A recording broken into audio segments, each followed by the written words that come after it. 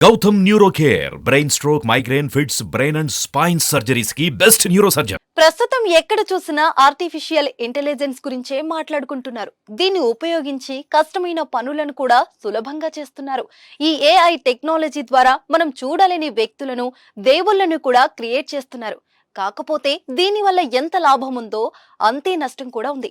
ఇటీవల ఏఐతో చేసిన ఫోటోలతో పలువురు సెలబ్రిటీలు ఇబ్బందులు పడిన విషయం మనందరికీ తెలిసిందే. తాజాగా రామ్ చరణ్, ఉపాసన అయోధ్యకు వెళ్లినట్టు ఓ ఫోటో క్రియేట్ చేశారు. ఈ ఫోటో సోషల్ మీడియాలో బాగా వైరల్ అయింది. ఈ ఫోటో చూసిన చెర్రీ అభిమానులు టాలీవుడ్ లో ఉన్న కపుల్స్ కి అవార్డు ఇస్తే మీదే బెస్ట్ కపుల్ అంటూ కామెంట్ చేస్తున్నారు.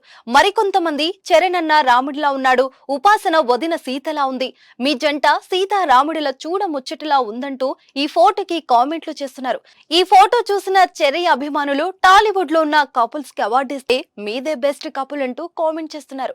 మరికొంతమంది చరణ్ అన్న రాముడిలా ఉంటాడు, ఉపాసన వదిన సీతలా ఉంది, మీ జంట సీతారాముడిలా చూడ ముచ్చటలా ఉందంటూ ఆ ఫోటోకి కామెంట్లు చేస్తున్నారు. మరి మాతో పాటు మీరు కూడా ఆ ఫోటోపై ఓ లుక్ వేయండి. అయోధ్య రామాలయం ప్రారంభోత్సవం కోసం చిరంజీవికి ఆహ్వానం అందింది. ఇందులో భాగంగా ఈ రోజు చిరంజీవి తన భార్య, కొడుకు చరణ్ తో కలిసి బేగంపేట్ ఎయిర్పోర్ట్ నుంచి ఈ ఉదయం అయోధ్యకు బయలుదేరారు.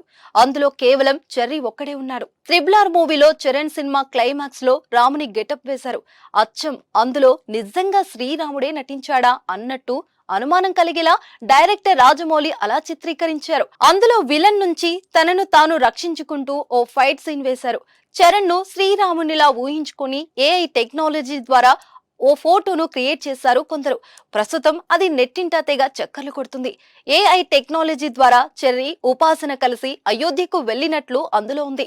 ఆ ఫోటోల వెనకాల శ్రీరామాలయం ఆలయం ముందర సీతారామునిలా ఉన్నట్లు ఉంది. ఆ ఫోటోలో చరణ్ పంచెకట్టు కట్టినట్లు, ఉపాసన చీర కట్టినట్లు ఉంది. నిజానికి ఉపాసన అయోధ్యకు వెళ్లలేదు, కేవలం చెర్రీ మాత్రమే వెళ్లారు. చూద్దాం దీనిపై చెర్రీ ఎలా స్పందిస్తారో మరి. అయోధ్య ఆలయ కమిటీ సభ్యులు చిరంజీవి, రామ్ చరణ్లకు శాలువాలు కప్పి ఆహ్వానించారు. అనంతరం వారితో ఫోటోలు దిగారు.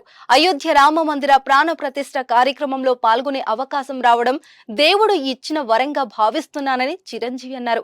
తన ఇష్ట దైవం ఆంజనేయ స్వామి స్వయంగా ఆహ్వానించిన భావన కలుగుతుందని చిరంజీవి చెప్పుకొచ్చాడు. చిరంజీవితో పాటు పవన్ కళ్యాణ్ కూడా అయోధ్యకు చేరుకున్నారు. నారా చంద్రబాబు నాయుడుతో పాటు పవన్ కళ్యాణ్ ఈ కార్యక్రమంలో పాల్గొన్నారని సమాచారం.